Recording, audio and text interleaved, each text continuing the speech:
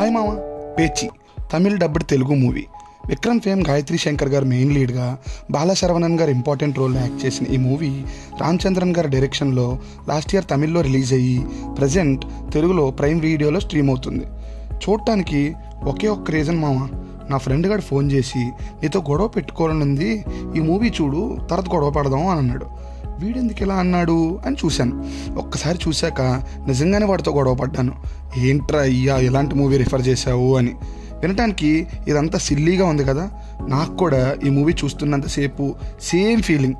నా ఫ్రెండ్ ఎవరో రిఫర్ చేయలేదు, ఈ మూవీ చూస్తున్నంతసేపు నాకు కూడా అంతే సిల్లీగా అనిపించింది సినిమా.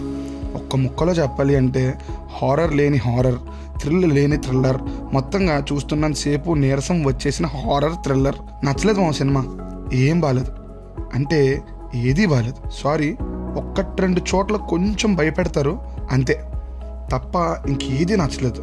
ఈ కథ మనం ఎన్నో సినిమాల్లో చూసిందే, కొత్తగా అస్సలు ఉండదు. ఇంకా ట్రీట్మెంట్ అయితే మరీ దారుణం. ఇక కథలోకి వెళ్తే ఒక 5 ఫ్రెండ్స్ ఒక గైడ్ సహాయంతో అరకు ఫారెస్ట్కి వెళ్తారు.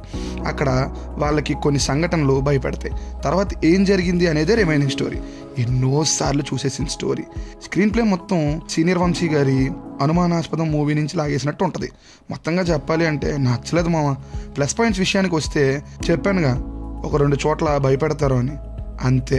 టెక్నికల్గా మ్యూజిక్ చాలా బాగుంది, ఏం లేని సీన్స్ని కూడా ఎలివేట్ చేసింది. కెమెరా వర్క్ పర్లేదు, అది తప్ప ఒక్క ప్లస్ పాయింట్ కూడా లేదు మామ. స్టార్టింగ్ అండ్ ఎండింగ్ లేని సినిమా మామ ఇది.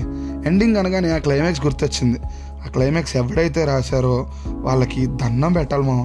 చాలా దారుణం. ఓహో ఇది ట్విస్టా అనిపిస్తుంది. ఇంతకన్నా ఏం చెప్పలేను మామ, నాకైతే నచ్చలేదు.